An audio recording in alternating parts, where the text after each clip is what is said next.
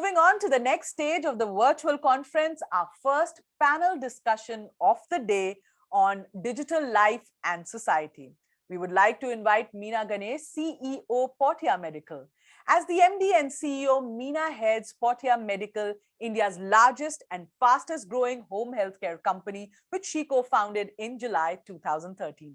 The company has 4,500 plus employees and operations across 16 cities in India, and brings in home to patients the full range of geriatric, chronic, post-operative care, as well as allied healthcare services. Inviting along with her Mr. Rajendra S. Pawar, Chairman and co-founder of NIIT Limited, a global leader in skills and talent development and founder of NIIT University. Under his leadership, NIIT has played a key role in shaping the growth of the Indian IT sector by creating skilled manpower to drive its momentum. Having revolutionized the IT training industry, he is now involved in establishing an innovative model in higher education, the non-for-profit NIIT University. Acknowledging Mr. Pawar's contribution to the IT industry in India, he has been awarded the country's prestigious civilian honor, Padma Bhushan, by the President of India in 2011. He has also led several ICT industry initiatives, including NASSCOM 2011-2012 as its chairman. Currently, Mr. Pawar is the chairman of NASSCOM Cybersecurity Task Force that has been set up in response to the Prime Minister Narendra Modi's vision to see India emerge as a global hub of cybersecurity products and services. He's also the chairman of the Board of Directors of Data Security Council of India. We also have on the panel Dr. U.B. Desai, founding director, IIT Hyderabad. Dr. Uday B. Desai is an Indian academician who was appointed as the first director of Indian Institute of Technology, Hyderabad in 2009. He's also the mentor director for IIT Bhilai and IIIT Chittoor. This session is moderated by Sukanta De, CEO, Sdela Consulting. Mr. De is a leading industry icon in growth of new FMCGs, which we call as fast-moving consumer goods and services in India. He has over 40 years of experience in developing brands and in sales, marketing, and profit center management in Fortune 100 companies like Unilever, PepsiCo, Idea Cellular, AT&T Wireless, and Tata's.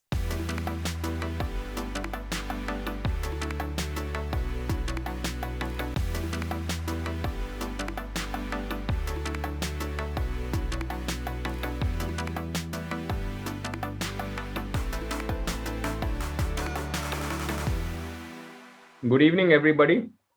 I am humbled by the eminent people on my panel to introduce my eminent panel members. We have Mrs. Meena Ganesh, CEO, Portia Medical. Mr. Rajendra Pawar is a man who needs no introduction. He's chairman and co-founder of NIIT. And we have Mr. U.B. Desai, the founding director of IIT Hyderabad. Before I start, I would request each and every one of you to give us keynote. And after you finish the keynote, we will start our panel discussion on this new life which all of us have entered in, i.e. the digital life and society, accelerated by the pandemic about a year or so ago. So may I please request Ms. Meena Ganesh to give her keynote now. Thank you very much, DataQuest and Mr. De for the introductions, the kind introductions, and for having me to be part of this very interesting conversation on what's really changed because of the pandemic, what kind of accelerations have happened.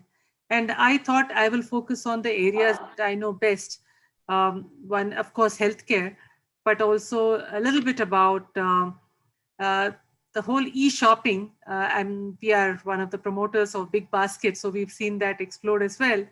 And of course, e-entertainment that all of us have to live with because that's what is available today. There is no other form of entertainment.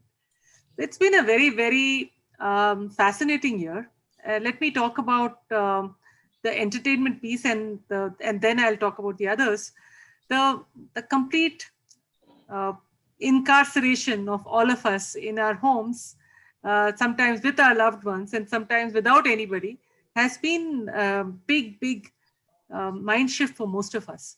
The forms of entertainment that have come in are very interesting. Of course, we all know that there have been huge amount of growth in all kinds of digital entertainment that all of us consume, be it things like Netflix and Amazon Prime and all the new channels that have come from India uh, as well. But I also find some very other interesting other changes that have happened.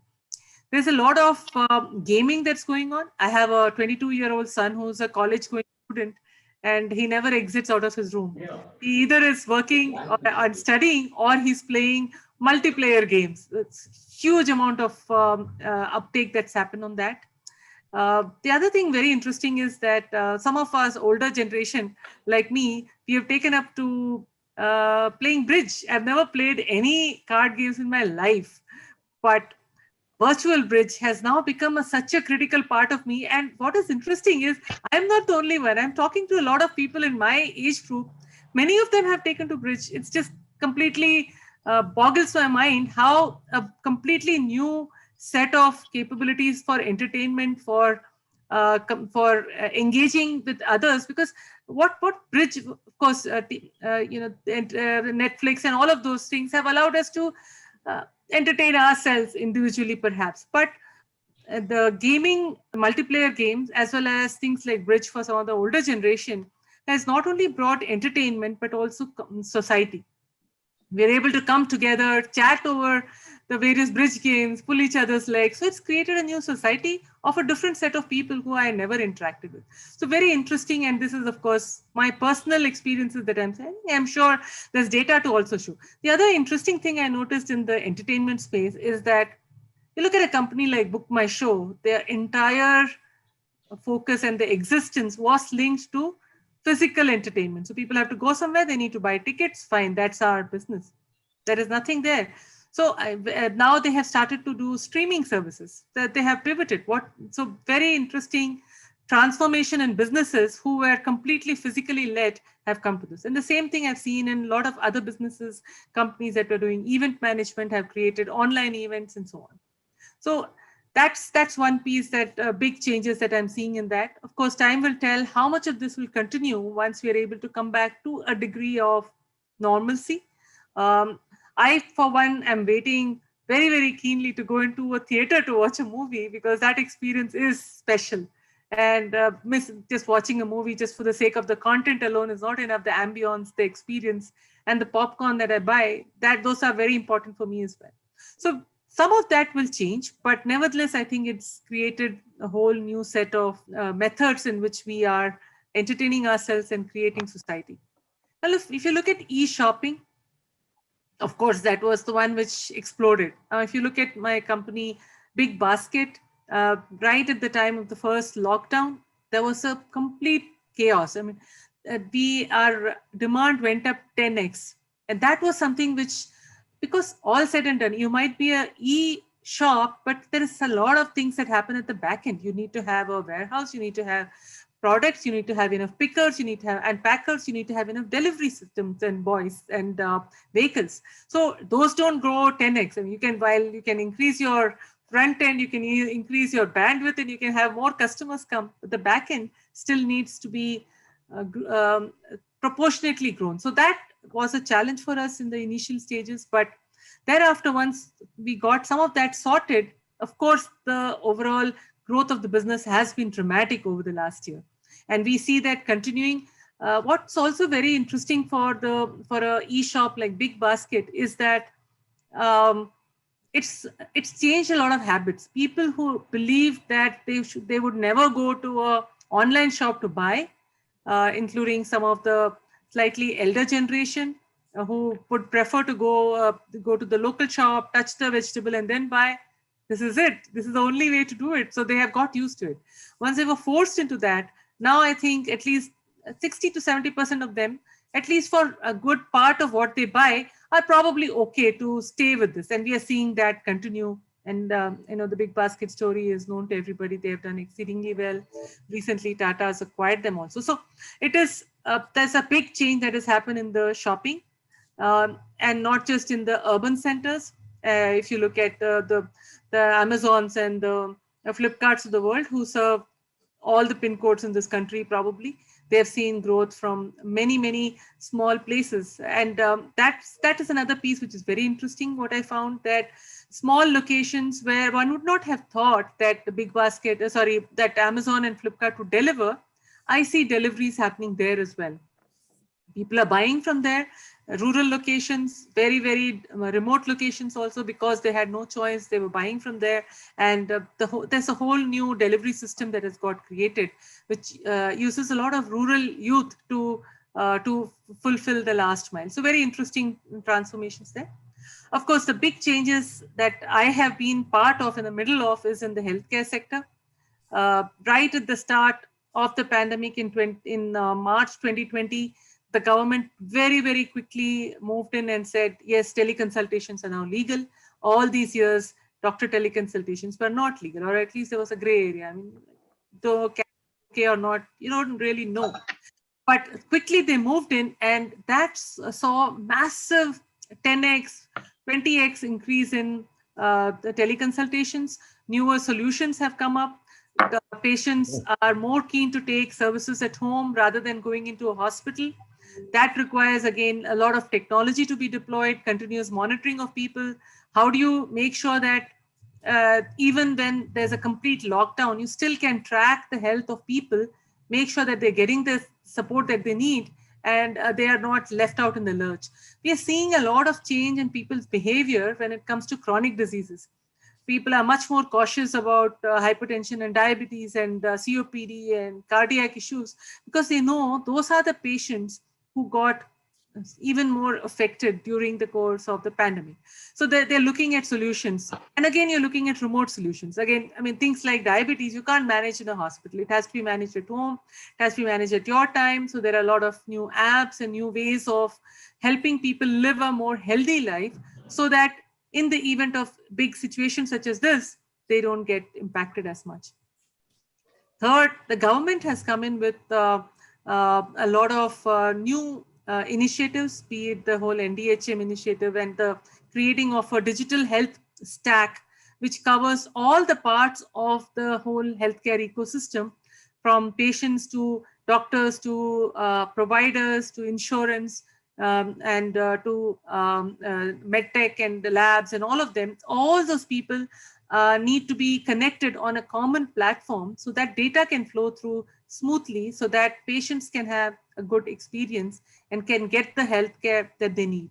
The government is investing a lot in digital care.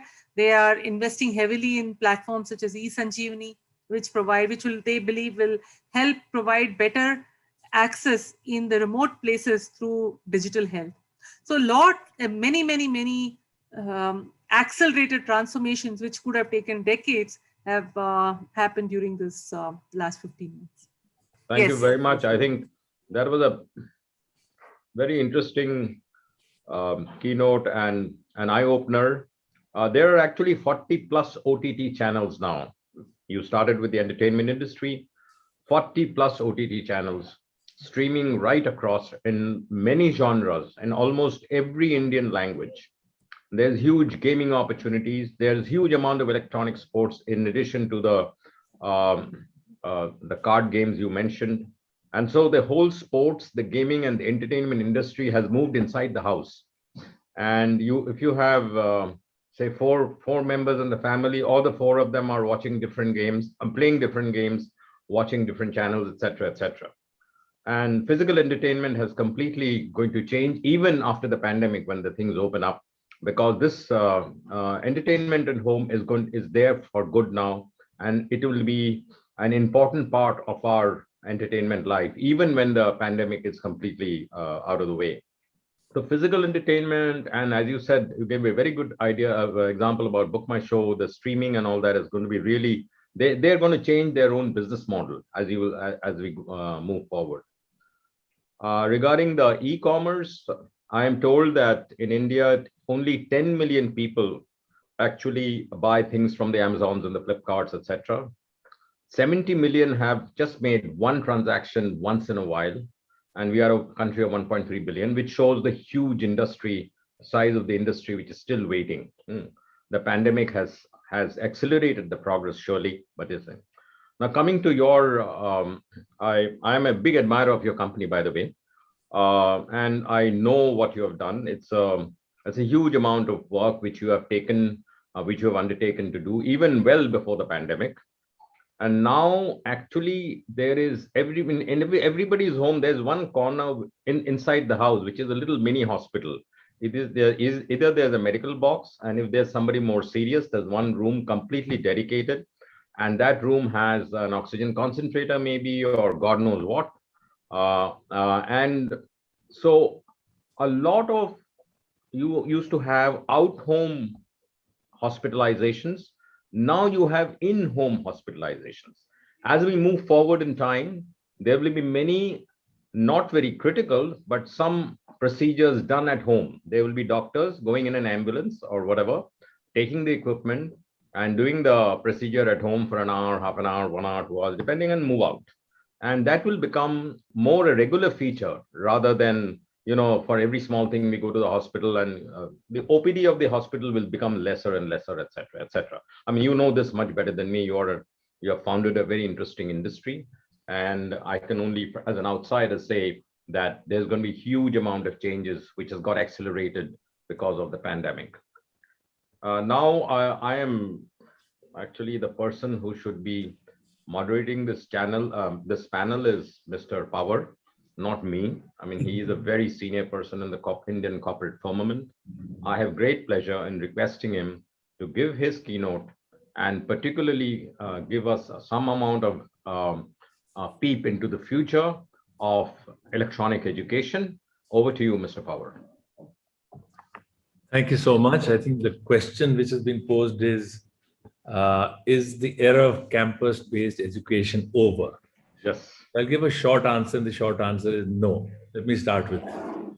But let me just comment on what COVID has done to education. I'm quite actively involved in the board of my school, which is the Sindhya schools, small school with 500 students, fully residential. So I've been watching very closely what's happening there. And then NIT University, something which is now 11 years old, we started as founders. And then the whole activity of training people, which we have done for 40 years and watching that closely. So the impact on these three, school, college, and then post education has been quite dramatic, but very, very different. So when we say, will campus life change in the high school? That'll see the least amount of change. Will college education see a change? It will see a fair amount of change. And will the skill building see a change? That will see a dramatic change. So just to talk of the gradations. But I can ask anybody in this audience to ask themselves the question that, do you know even one child who doesn't go back to school, doesn't want to go back to school or college? I haven't found. I haven't found even one person. I've talked to hundreds, I would say, not thousands. Not even one of them says, I don't want to go back to my education. Yes. So while this period has flexed many muscles in the mind, much like, if you remember, demonetization made payments happen. Okay. Yeah. So that was a stroke which was very hard and forced people to do stuff. This one is, of course, dealing with a much deeper issue. It's not like a transaction. You're involved in a process, but it's also been a longer period. It's been a year and a half, and probably will last good part of that 2 years, or good part of the 2 years. So this period has actually flexed people's behaviors.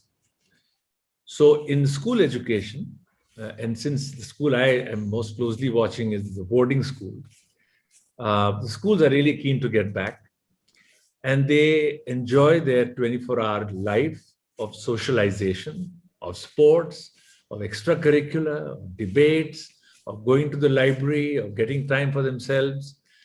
They are missing that far more than they're missing the classrooms. So, of course, in day school, they will be missing the socialization process. But I think in places where students stay, boys and girls, they're really missing all the socialization, which according to me is a very important part of the education. The personality building, the character building, the interpersonal, and everything we call a soft skill, which really becomes so important to be effective and successful. So in the school system, I guess we will see all of that going back, but we will see some additions, and I'll talk of the layer of additions after I talk of all of these three groupings. So higher education, undergrad will be some change, postgrad will be bigger change because postgrads are working on their own in any case. So the bigger changes, but undergrads they are at an age, as we know, where they're wanting independence. They want to be on their own. They want to do stuff on their own, but they're also socializing with a new group of people. They're building their identity. They're establishing who they are. They're jostling for many things. So for them, the change really is that, of course, they also want to get back as quickly as they can. They really want to get back. But I think they have found that when they want to explore some things around their areas of curiosity for which they have time, they're finding that there is a lot of enrichment that can happen. And since many good universities and colleges are doing the flipped classroom, for example, they think they can now learn at their pace. So one big challenge in education has been that in that one session of 40 minutes, 50 minutes, whatever, the teacher has no choice but to move at a pace which is too fast for about a third of the students and too slow for a third of the students. So I think for both these categories, those for whom it's very fast, they get a chance to rewind and take a look at again and get better skills. For those for whom it's too slow, all of us know they've got another screen going. Okay, it doesn't take much. And the kids they're doing all kinds of things to get the teacher not to know what's going on. We know that. So what that has done is actually it dealt with the time domain very differently. It's opened up that possibility. So the kids in the middle, which are okay with the pace the teacher does, are okay. The other two are benefiting.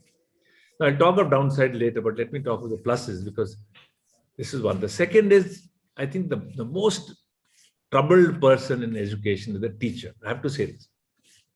In fact, in April itself, I wrote a piece, I think for India Today, where the title was Online Learning, Bored Students and Exhausted Teachers. I think that hasn't changed. Only thing is we've seen a lot of publications from research which are quantifying this, but students are bored. We have to accept it. And teachers are exhausted. School teachers now suddenly see that behind the student is a mother who's sitting and watching. The mother is writing to the principal that just don't dress up well.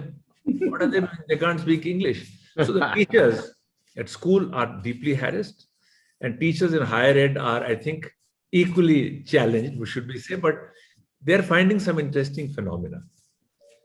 In my school, I found the teachers said that many of the students who would otherwise not ask a question in class because of the social dynamic, he says they're stepping up to pose questions, which is an interesting positive trend as well.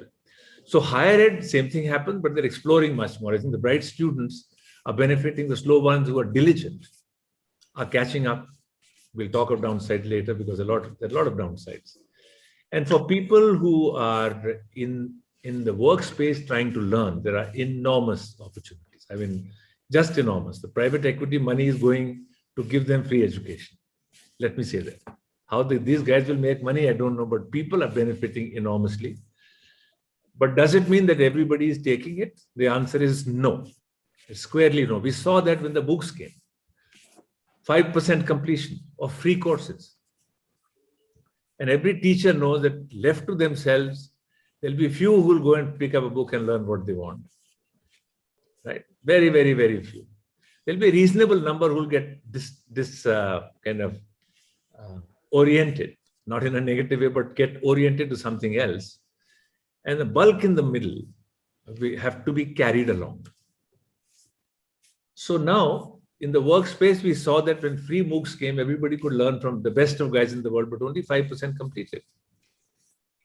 And that is still valid, except that in the absence of anything else, just like you had no choice but to use Paytm or UPI or something earlier, they've had to learn this way. And if organizations were tracking what they're learning and evaluating and judging, it forced them to do a completion. So maybe completion would have gone up from 5 to maybe 20%, 25, not very much more.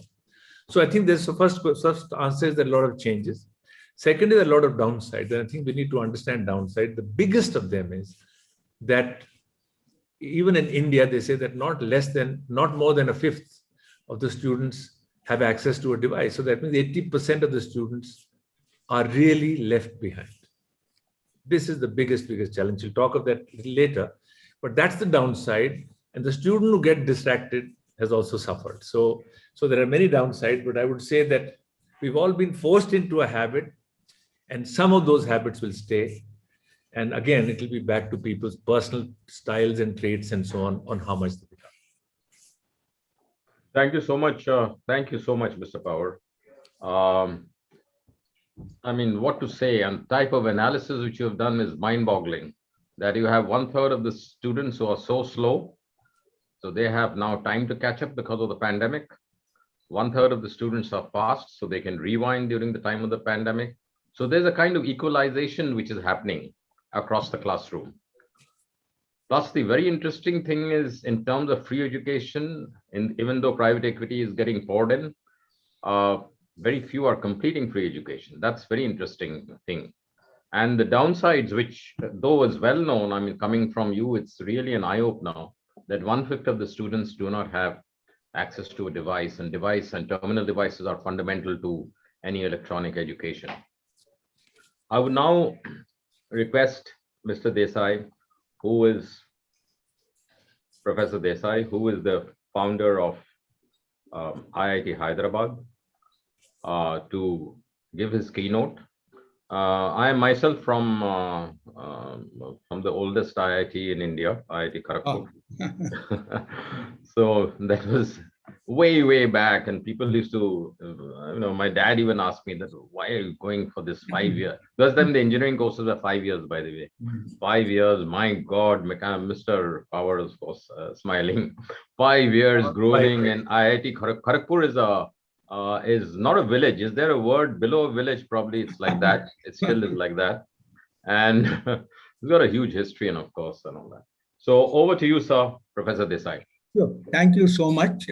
It's indeed an honor to be part of this distinguished panel. The topic given to me is human-centric technology. Okay. Now, this is in some sense a very broad topic. And of course, this vocabulary is very recent. Okay. So to me, actually, all technologies are human-centric in the sense if a human being is using it, there is some human centricity in the technology that we are doing, like what was talked about earlier.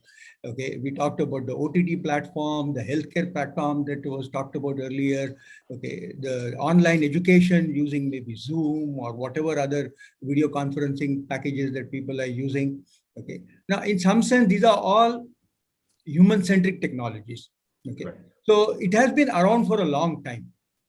Fundamentally, what we are saying today in human-centric technology is that when I'm developing the technology, I would like users in some sense to be part of it. In the brainstorming part of it, conceptualization part of it, maybe in the development, and obviously in the implementation and the solution. Okay. Now, this is a little bit of a tall order because typically when technologies are developed during brainstorming, conceptualization, okay, you don't want to expose yourself too much. I guess one can still get a group of kind of, NDA signed users who may give you certain feedback as you go along. Now, this has been around. This has played a big role, I would say, a lot more in design, that is architecture, buildings and other things, where there is quite a bit of a back and forth between the user and the developer. Okay, so this is, on the other hand, if you get into the domain of modern technology, which is more based on silicon in some sense, I'm using silicon as a metaphor, it covers both hardware, software, and whatever else that you have in it. Okay, so then things kind of get a little more complicated. For example, what I would say is that, is human centricity really required? Okay, or how does it work? Okay. Yes, if I look at ergonomics, design of a car, human centricity becomes very, very critical. On the other hand, if I look at something like the iPhone, which came about, I'll talk a little bit more. Let me take a look at an example of the most recent thing that all of us are excited about, the Virgin Atlantic spacecraft. Now, was there human centricity in development of that particular spacecraft? I'm not too sure as to how much user studies were done out there. And I'm sure there were a few visionaries who were involved, and they said, hey, we are going to go and develop this particular thing and we'll see how it happens. Okay. So I think in a sense, there is a little kind of a balance that comes into the overall play as to when we talk about technology and human centricity or human-centric technology, as one would like to call it. To me, for example, if I go back and look at communication part of it, rotary phone was a human-centric technology. It lasted for a long time, perhaps one of the most robust instruments which has ever come across, and it worked. Okay, if you look at AM/FM radios, human-centric. Is iPhone a human-centric technology? Now that's where the question comes in. If you, I mean, from whatever I have read, and perhaps others may have more information on it, I'll be more than happy to know. Stephen Jobs believed what the user wanted. There are a lot of articles which say that he never really consulted any users or anything like that. He figured that, look, I know what the phone should have, and I will convince the user that this is what you want. Now, this is a very different way of looking at it, rather than the usual thing that we are talking about today is human-centric technology. In some sense, here there is a visionary. I guess all of us will agree that Stephen Jobs was a visionary. He had a vision, and he convinced all of us that, look, his vision is what is going to help us. And by and large, we have adopted it. For whatever one may say, there are even India boasts of about 500 million smartphones, and all smartphones in some sense are kind of clones or related to the first iPhone. I look at sometimes when this topic was given to me, suddenly the thought came to me, it was Wright brothers when they developed the aircraft. Did they do human-centric studies out there? I'm very doubtful. Of course, one has to read the history of it as to what went into their mind when they actually developed the first aircraft. And it's a great analogy right now. I mentioned it, in a lighter vein, because even that aircraft, when it first came, I think flew for a few minutes, just like the current spacecraft, which went for about 15 minutes and came back. It's not a big thing, but that's a big step, right? Something which happened for a few minutes. Today, it is hours and hours and hours. And all of us are kind of, I'm pretty sure, missing, whatever, figuratively, the airline food. Okay. We think that because of the pandemic. So in a sense, I look at this as a debate as to human-centric technologies versus, say, visionary technologies, or the visionaries who look at technologies. How do we bring the two together? One of the things, if you look at it, when you do human-centric technology, typically the users will tell you what they want today. Or sometimes they wanted something yesterday and they didn't get it. They said, hey, can you do it with modern silicon technologies? Now that you can have billions of transistors on a single chip. Okay. Now that's the one way to look at it. Occasionally the user may say, aha, I would like to see something like that, because in a year from now, this is what I would like to have. It is very difficult for a user, in my opinion, okay, unless you happen to be some of the science fiction writers, okay, to look at something far out into the future. Okay. Of course, we had people, I'm forgetting his name, the famous guy who wrote 2001 Space Odyssey. Okay. So, you have people like that who can look far, but by and large, a typical user will look maybe a year, if possible, perhaps 2 years. Beyond that is going to be tough. But then there are visionaries like Stephen Jobs, visionaries like the Wright brothers, to go back. Even I would say someone like, Richard Branson. I mean, I wouldn't call him a visionary, but he has a certain business perspective in it. But you have Elon Musk on the other side. Okay. And from what I gather, even Jeff Bezos is looking at space travel. Okay. Now that is a visionary thing to see. Okay. Today is going to cost you $250,000 for a 15-minute joyride. Maybe 25 years down the road, the average man could afford it. So in a sense, when you're developing technology, you always run into this complex problem as to, should I just go on my own and do it, or should I have the user thing? In a sense, I'm not trying to negate the user-centric thing. For example, I was told, and I may be again wrong here, that Bill Gates at one time was the biggest employer of ethnographers, and social anthropologists. Because he actually, when they used to develop all kinds of software, they used to consult it and see how the user is going to use it. Okay, but that was a different perspective. So I'm looking at both ends. One, something far out into the future, maybe 10, 20, 30 years into the future, something which is maybe a year or 2 or 3 years into the future. So today, if I'm developing an electric car, certainly a user-centric approach would be fantastic, because electric car, the core technologies are all in place. It's a question of now creating this so that the person feels very comfortable inside the car, etc., etc. Maybe there is no noise, and he shouldn't get perturbed. So I create a bit of a noise so he feels he's still riding in a car, etc. So there I would require user centricity. But if I'm looking at, for example, another aspect of future mobility, passenger drones. By the way, they are coming. Okay. I mean, it's a matter of time before people in Delhi may be traveling, whatever, from one point to Delhi airport in a passenger drone, or maybe from way deep Noida to Delhi airport in a passenger drone. It's not unheard of. Experiments are already there. People have developed it. The issue is commercialization, because you have to now deal with an established aviation industry, how they will let this particular thing into it. We have recently seen a lot of articles on drones coming out because of what happened in Kashmir. Okay, so that's a different matter. But what I'm saying is, there you will have a visionary person looking at it. It cannot be simply user-centric. Once I have the base technology for passenger drones, yes, user centricity will come into the picture. So my take is that it's a very complex problem that is there. Now, what has happened? One other aspect I'd like to just mention before I conclude is user centricity relatively is easy to tackle today. Why? Because of massive communication technology, computing, and memory. What we forget always in computing, we always talk about calculation, but the memory power that is there in today's computer is absolutely mind-boggling. Because of that, I can actually do simulations for even long-term and short-term technologies. And therefore, the user can interact a lot more. They can give some suggestions. I don't have to actually physically build the whole thing. I can really do it on the computer. And with AR, VR, you can create the look and feel where you can actually touch it. Anybody who has seen some videos on AR, VR, you will find out, you can really kind of go with your hands forward, move the things around, and the things will actually start moving. So they have not yet become commercial. They are still, I would say, the AR, VR technology to some extent are lab levels. They are coming in, okay, but they're coming in at a fairly fast pace. So the point is that it is possible. Let's not forget the power of computation, power of communication, the power of memory that we have with us. So what do we need? Okay, to conclude, I would say we need an eclectic approach. It need not only be human-centric. Okay, it has to also have a visionary technology development perspective. Someone who can be futuristic. How do we bring the two together?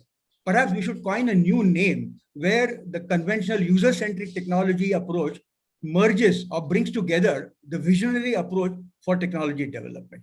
I really don't have a name at the moment. Hopefully, maybe someone can coin an interesting name. I leave it at this particular point. So thank you so much. Thank you, Professor Desai. I think extremely erudite. I must tell you something about the iPhone. Being a consumer product marketing man, when Steve Jobs was when he developed the iPhone, if you look at the and we have an eminent lady in the panel, and she probably will bear out what I'm saying. If you those days looked at the male-female ratio of the terminal devices of the phones, any phone, any hand phone, you will find that the women ownership of hand phones, even in advanced markets, were much less than men. Women would be, say, 20%, 25%, in very advanced market, 30% before the iPhone. Now, Steve Jobs understood that, and he created a phone. He said, my phone has to look very, very good. Of course, it has to perform very well. Today, cut to modern times, 2021, women spend, suppose they have to have X, they have 100 rupees, they won't spend it on a jewelry, they'll spend it on the latest iPhone. Whether the woman knows the latest technologies in that iPhone, which is costing more than ₹1 lakh, is unimportant. But the sheer look and feel and the imagery, she wants to pull out from her handbag an iPhone so that she can tell the other lady, hey, I've got the latest iPhone. Well, I don't know whether I want to use it, I know how to use it, that's not important. But Steve Jobs was able to market that product. He was the ultimate, though he was a technologist, he was an ultimate marketing man. And anybody who can create a product for a lady is the ultimate marketing man. I'm trying to be, I'm still struggling, Anyway, but that it's a very important thing that human-centric iPhone, this is an example of how he made the usership amongst the women much higher than before on iPhone, on hand phones. So he was subtly doing a very interesting exercise of what we call diversity and inclusion, getting ladies to use the hand phone more than they were earlier using by using this very unique method. Another very good example you gave about is electric vehicles. I think that's a very important thing for not only the user and the economics of it, but also for climate change. AR, VR is going to be one of the driving technologies of the fourth industrial revolution. If you ask me which is the single most important technology in the fourth industrial revolution, it will be AR, VR, and it has a huge amount of usage.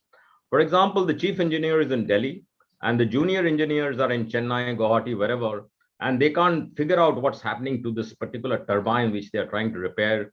And it is the three-dimensional in imaging which this guy in the chief engineer in Delhi will say, go to this, bayan jao, ye dyna screw dekh rahe ho, isko tight karo. That can only be done through AR, VR across continents. And I've given you a very bad and crude example and all that. Yes, it has to be an eclectic approach, which is future-proof, and I'm sure the lexicon will automatically develop. Now, I think all of you have done an amazing job in the keynote. I mean, I got 2 pages already full of writing all what you said. And I would therefore like, the time is also a constraint, and all of you are very busy people. So I would like to straight away go to the round 2, because you have actually covered round 1, whatever there was in the discussions. So I would like to request Mrs. Meena, Ganesh, you have demonstrated massive work with telemedicine. What do you think are some of the insights in the last 1 year? We got some amazing insights from Mr. Pawar on education. I thought I knew a lot about education, but I know nothing, now after what I heard from him. So can you tell me a little bit about telemedicine? This is an exotica. And telemedicine is something as simple as picking up the phone and talking to your doctor and getting some medicine, to much more complex things. How do you think that is sort of panned out in the pandemic, and what's the future of telemedicine? And in a country like India, where, I come from the telecommunication industry, 5G is still miles away, and the type of capex required is unbelievable.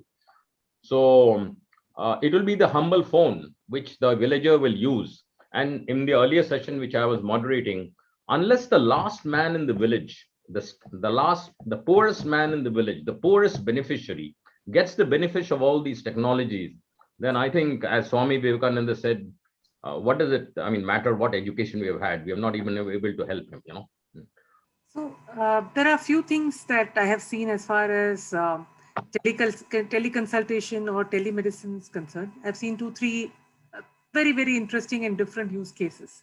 One is just telemonitoring. So especially when we saw a lot of people who are sick with COVID and were home isolated, they just needed to be monitored to make sure they're okay. You don't need a doctor to talk to them. You just need someone to reach out, give them confidence that you're doing okay. These are the things you have to do. Don't do these things. And oh, by the way, tell us how you're feeling today. Let's take down all your parameters, make sure that they're okay. If there is something which is off, then we'll take appropriate action, get a doctor to talk to you or move you to a hospital, depending on what they're going to do. So that at the lowest level, telemonitoring is something which is very, very important. Now that telemonitoring, especially when combined with point of care devices, can actually be a very, very powerful way of tracking patients, and not just for sick, but also elderly who are alone, or people with chronic diseases who need to be monitored regularly. So there are very, very interesting connected point of care devices, something as humble as your connected glucometer to a multi-parameter monitoring device, to something which can even work in a very high acuity environment. So I'll come to that in a second. So telemonitoring at the lowest level, combined with whatever consultation, etc. is required. At the back end, you can use data, you can use AI, you can do all kinds of analysis to see what do you do with that. You're collecting somebody's data over a period of time. What does it mean? How is their health changing? Are there some population statistics that it's showing up? What is the percentage of people who got COVID from a certain location? How did the acuity or did the intensity was higher in certain locations versus another? So that's one piece on the telemonitoring. Now the telemonitoring use case can also support a lot in the rural and semi-urban areas. And here one solution possible is that we, like you rightly said, that if the last person doesn't have a telephone and doing teleconsultation is not solve the problem. Now, obviously you can't make sure that the last person in the world has got a phone, but can a community have a way by which this can be established? So you provide maybe create a healthcare entrepreneur in a community who's responsible for tracking and monitoring everybody's health in their locality. They use a point of care device, they use a smartphone, they capture the data, they do the teleconsultations, and make sure that the health of that community is being monitored and managed with whatever support that is required from the medical expertise. So that's one typical use case. The second use case that all of us know about, I mean, everyday usage of just a general physician to check on certain things, or in the middle of the night, a baby is sick, you want to talk to a pediatrician. So you want either emergency or regular or for chronic or for even specialist consultation. There is a requirement to that.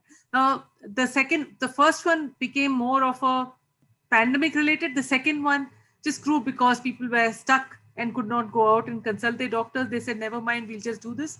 Interestingly, a lot of doctors did not come into their clinics also. They were very happy to do teleconsultation. So what was something which was not really embraced by especially senior doctors, that changed dramatically during this period.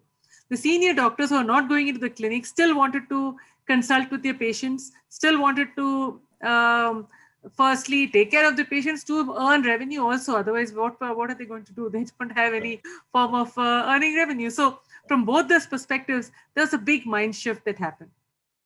The third very interesting use cases that came about were things like EICU, remote monitoring of ICUs. Now in the big cities, we have ICUs, we have ICU intensivists who can manage that. Cut to the smaller cities, you may have ICUs, but you don't have intensivists.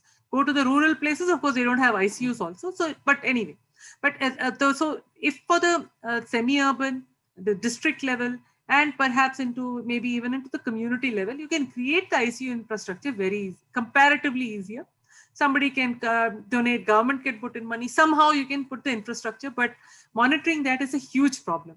So creating remote ICU solution which can work on thin bandwidths. Now that these have existed always. Philips always, for instance, had a high-end ICU which could remote monitoring.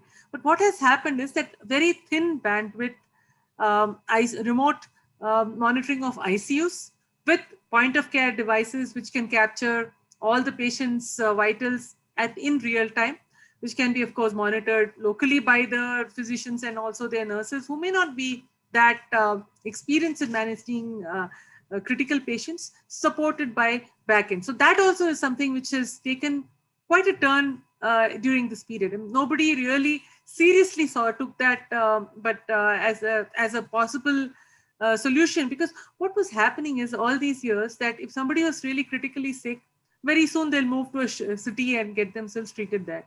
That was not really possible during the pandemic time. There were no beds anywhere, so you better try and stabilize yourself where you are. So taking the care into the smaller towns and into even the rural areas, and the higher and higher degree of acuity of care that you can take into smaller towns and cities, smaller towns and rural areas, can dramatically change the quality of care that they get. Today, people in the smaller towns and in the rural areas wait for things to get out of hand. They do not take care of their health on an ongoing basis because it's just so difficult. They don't have access. So when things get really out of hand, then they'll rush to the district hospital or to a city or to a big city. So we can actually change the whole access to healthcare very significantly by using a combination of. It's not just a simple teleconsultation. Now you can have a doctor at the end, everything is sorted. But using a combination of all these, it is possible to significantly increase access to quality care. Right. Thank you so much. This is, of course, by the way, telemedicine is an area which is a very vast area. You can do a huge amount of exports to countries like Africa, Malaysia, and so on and so forth. I mean, you know that better than me, I guess. But it is an area which is to be developed more and more and more. The other thing, quickly, we don't have much time, but if you can just give me a one-liner on, the pandemic has done had a very important impact on everybody, on their mental health. People are worried now. What will happen, third wave, this, that, and all that. In any way, telemedicine can do something on the mental health, which is as important as physical health, a quick one-liner. Yeah, absolutely, yes. That's a short answer. There are a number of both self-help bots, apps kind of thing, which can do certain level, to a certain level it can help. And then of course you have a human at the other end to support. What it is, there are, of course, there is more mental health issues, but also mental health consultation done in the privacy of your home, probably in your own room, is probably a better solution for a lot of people. So I think Absolutely. it has become. Thank you so much. Mr. Pawar, may I request you, you've already covered this very nicely, but your organization is one of the pioneers and have been recognized as the best skill learning sort of company. And if you have something to share about what are the skills which will stay relevant and what are the skills which will kind of fade away because of the new world which has been created post the pandemic? Over to you, sir. First, I want to compliment Meena, and I'm going to take a bit of a credit for what the answer that I'm giving you. See, Meena has demonstrated, and I watched her closely, and just to let you know that I hired her from IIM to NIIT. And I've been really impressed to see the transition she has made from one role to the other. When she was talking about healthcare, I was feeling so good that she can talk with so much confidence and reality and completeness. Now, she's a very good example of an active learner. So the skill which she had the ability, so let me not take the ability away, but I think the skill we try to build, at least in all the folks in the NIITians, is learning to learn. And it's more important than it ever was, given the range of choices for people, given the fact that, many of us will be working actively for maybe 50 years or 55. The youngsters of today will work for 100 years, I'm told, at least. So just imagine the boredom doing the same thing. They'll have to learn new things and the world will change. Yes. So perhaps the most important skill is learning to learn. And I saw that demonstrated so beautifully by Meena. I'm so happy that she's doing the great things she's doing. And I do want to take a bit of credit because we did push all our young MBAs. We were the biggest recruiters of MBAs in the 80s. And when we went back for recruiting, I'm sure she would be one of those on a poster. 5 years ago, she joined. First year, she did this. Second year, she did this. Third year, she did this. We were talking about movement and mobility in the mind. And I like to say that the 21st century is the century of the mind. 2 centuries of the machine are behind us. So we can say Industry 4.0 or whatever. We can talk of Atmanirbhar, do manufacturing, but the number of jobs will be a challenge. So the jobs will be to do with people working with people. And people working on new ideas. So people working with people is what we call as the soft skills. Okay, it's all the things about dealing with each other, dealing with individuals, the social dimension. Those skills will be very important. They already are very important. And then the kind of an underlying skill be the ability to learn and unlearn. I think these two, to me, look like the important things we have to worry about because content will be available. Methods to acquire skill to do a certain job or a process either will be automated and managed by robots. So you'll be dealing actually with the information which comes out of a robot behaving with 100 transactions in a certain way. So what do you do with it? So a curious mind, a learning mind, and then a mind which engages very quickly. So just like Professor Desai talked about human-centric. So the subject of design thinking, it's basically saying that you have to get to emotions of your customers. So by sending them a form and getting analysis done by someone who goes to something doesn't work, you have to bring them into the room. You have to bring them into the center of the transaction and see what they say and what they do and how they emote. And since it is mind to mind and the human, it's not mind to machine anymore. It's not mind being subservient to the machine. It's the other way around. Mind at the center, minds engaging with minds. We know the logic, the left brain we figured out in education. Now it's all about the right brain, which education did not teach us. So people to people, social skills, emotional skills, everything to do with the right brain. in a sense, is one. And second is the ability to learn and unlearn. I would say these two meta skills should form a very important part of early education, because you don't know what technologies will come, what new things will come. So in our days, we learned electronic and managed a whole lifetime. You can't do that anymore. So I would say those are really the things we have to teach our children. I think Mr. Pawar very well said, and I think I can't add anything more.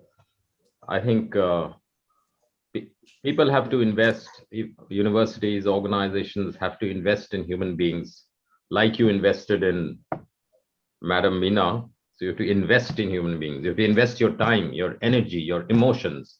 You have to show the way to the persons who did later become the leader like her, and who shows the way to the other people. So it's human to human to human. I think you said it very well, And as Swami Vivekananda once said, that I hold every man a traitor, who having been educated at their expense pays not the slightest heed to them.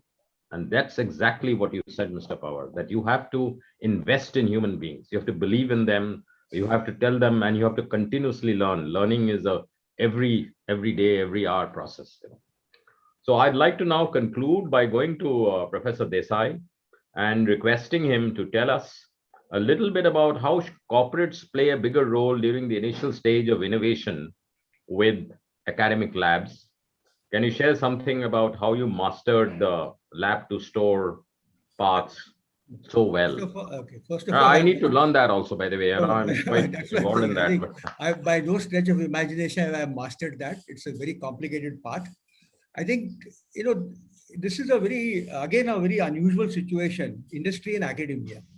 There have been numerous debates, as a director of IIT for 10 years, and even before that, I don't know how many panels I must have sat through with all the big guns in the country in some sense. And, CII has this big panel, and I was a member of it for several years on education. Okay. Then there are panels that CII has on industry interactions. Somehow in India, it has not taken root like the way there is a close relationship that industry has with academia in the US. For whatever reason, and I mean, I would of course be very biased when I talk about it, because as an academician, I'll have a perspective. An industry person like Naushad Forbes will have a different perspective. I just take his name. He's a good friend of mine, and I can fully discuss with him. And I think, we can smile at each other and disagree. Okay. So all I'm saying is that it's a very complicated thing.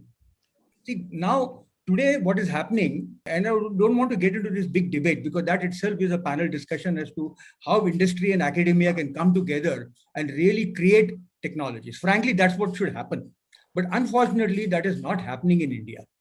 Okay. And there are multiple reasons, and panelists here, I'm sure, are aware of it more than I do, because I'm an academician. You guys deal with industry a lot more. But in academics, what we have found are two things.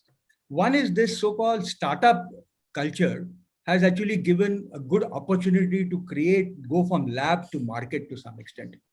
So what has happened, particularly in all the IITs, and I think not just IITs, now I find it in colleges also. After stepping down as director, I interact with some of the private colleges. Okay. And what I find is they're also starting an incubator. And I must compliment DST. DST is quite progressive in, maybe they give a little less money, but they give some funding to start an incubator, even in many of the private institutions. Now, because of that, what is happening is, if there is an interesting technology that has been developed by a faculty member in collaboration with students or otherwise, you can go for a startup. Because transferring that, doing a TOT to an industry is a very difficult task. Many times industry may sometimes take it, but then it stays on the shelf. It doesn't see the light of day. So here what happens, at least the faculty and the students, you hire some people, sometimes you get some funding if you're lucky, okay, and you can really then develop that technology. And I can give umpteen examples. I'll give two from IIT Hyderabad, since I was involved in it. There's one company which was started, Pure Energy. Okay, you can look it up on the website. Nishan Dongare has done an amazing job. Okay, he is an IIT Bombay graduate, came as a faculty to IIT Hyderabad. He hired a CTO or a CEO, I think, or COO, who is again IIT Bombay thing. They develop electric vehicle. They have two-wheelers of all kinds of ranges. They have, again, electric power supplies that you can use in your home, use in your cars, wherever you want to. And in fact, he started a factory just outside IIT Hyderabad. I mean, it almost reminded me of Stanford, where HP, decades ago started their company right outside Stanford. I'm not saying that pure energy may become like HP. I really don't know. That is one example I can give. Another example I will give is, and I must compliment here both MeitY and DOT. They sponsored this huge project in India called 5G testbed. You are in telecommunication, you must have heard about it. Yeah, of course, yes. Exactly. So I was part of the high-level committee, and it was a significant chunk of money. They gave about 230 crores, okay, for multiple institutions. IIT Hyderabad got a big chunk of it. And what we developed, I'm going to do a bit of a kind of a, I can't resist not doing it right now, because this is something unique. So what I told Professor Kiran Kuchi, he is the PI for that particular project, 5G testbed in IIT Hyderabad. He was doing a lot of things. We have the best massive MIMO. Now, converting massive MIMO technology into a product is by no stretch of imagination that even a startup can do it. You need a big company because millions of dollars are involved in it. But what we did besides that is to develop the first 45 nanometer technology NB-IoT chip. I think, I'll just flash it here. I don't know if people can see it. The tiny little thing on top, that's the chip which has been developed. This is an NB-IoT chip. And NB-IoT is going to rule the roost in the coming years. Even in 5G, more than the 5G phone, as you exactly said, by and large, I can do a lot of things with 4G. 5G will give me more bandwidth, higher speed, low latency, etc. But NB-IoT is going to change everything, because this fellow, okay, can now be part and parcel of any gadget that you can think of, including your phone. I mean, including your pen, if you wish to. All right. And the phone, of course, they will have it. But even a trivial thing like a pen or your watch will also have it. Okay. Now, this is something which came about because the ideas were there in IIT Hyderabad. Professor Kiran Kuchi was working on it. Okay. Funding came from DOT. Okay. MeitY was also initially, they had given some funding way back for such a kind of technology. And finally, it was an SoC was developed. So this involves, RF front end. It has GNSS. It has a DSP chip. It has an ARM processor. It's a fairly complex design, by the way, in some sense. So I think these are the ways right now, I would say, that institutions are looking at taking lab to technology. Now, industry involvement is minimal at the moment in some sense, if you look at it. It is there to some extent. Industry sponsors sometimes a chair professorship, maybe a lab is given, some equipment is given, some interaction is there, some consultancy is given. But the way the technology develops in the US, if you look at Stanford is a classic example. So many technologies came from Stanford and finally saw the light of day because an industry like HP or Google and many others kind of brought into the world. Okay. Now that is something we need to think about. And my personal feeling is that you need industry also to take some major risks. Yes. You have to put your bets, and you're not going to win all your bets, as we know. If you win 2 or 3 out of 10, I think that will be an amazing thing. US, for example, the US industry is willing to put their bets. And I'll give one example before I conclude. I'm taking a little extra time. Way back, there was an architecture in Silicon called systolic architecture. I don't know how many of people have heard of it. It was supposed to revolutionize chip design for basically linear algebra processors. The whole processing industry would have computing processor would completely change. On paper, it looked like beautiful. I also worked on it. Intel invested billions and billions. And finally, they found that one thing people forgot in the analysis. And because of that, the whole project didn't work. And Intel literally kind of, whatever investment they made, the numbers I hear goes from anywhere from 5 to 10 billions or even more. But they just kind of wrote it off finally. Now, that's a risk that Intel has taken over the years with various, they took that risk with WiMAX. You're in communication, so you would know what happened to WiMAX. Intel invested heavily, but while WiMAX didn't work out. So, but in India, we need industries to take such risks. Then I think the synergy will start developing and we will really come up with something fantastic. Thank you so much, Professor. I'm now, I convene many panels and this one I enjoyed. Let me tell you, I really enjoyed. I have to conclude by saying that 3 people have to work together: the industry, the academia, people like you, IIT, I am also an IIT student, and the government. And the most important person in this whole equation, whether we like it or not, is the government, even in a free country like the United States, where in the Constitution it is written that the government shall do no business. Way back in the 50s and 60s, there was the DARPA, Defense and Aerospace Research Program Agency, which put all the United States colleges together, which today we know as the Ivy League, and they connected each other. And that became the birth of the internet. It was the internetworking of computers, because the information from one college has to go to the research professor in the other college, because they were trying to fight the Russian Soyuz, because Russia was way ahead in the space program. So DARPA drove the colleges to create, and they created the most powerful technology the world has ever seen, which is the internet. The internet was born. And that was only possible because of the government leadership of via DARPA. All the education universities working in unison. I don't know whether all our IITs can work together in unison. I'm an IIT and I'm as much guilty of that as anybody else. And so the government, the academia, the government has to lead, academia has to support, and of course the industry will use it. The internet is used by everybody now. With that, extremely distinguished panel members, I'm very grateful for such a lovely and a very nice interaction and very good deliberations. Thank all of you, and thank DataQuest for this very important topic which we had to discuss, which was opened up only a year back. Thanks to all of you once again, and to DataQuest and the management. Thank you very much. Goodbye. Good luck.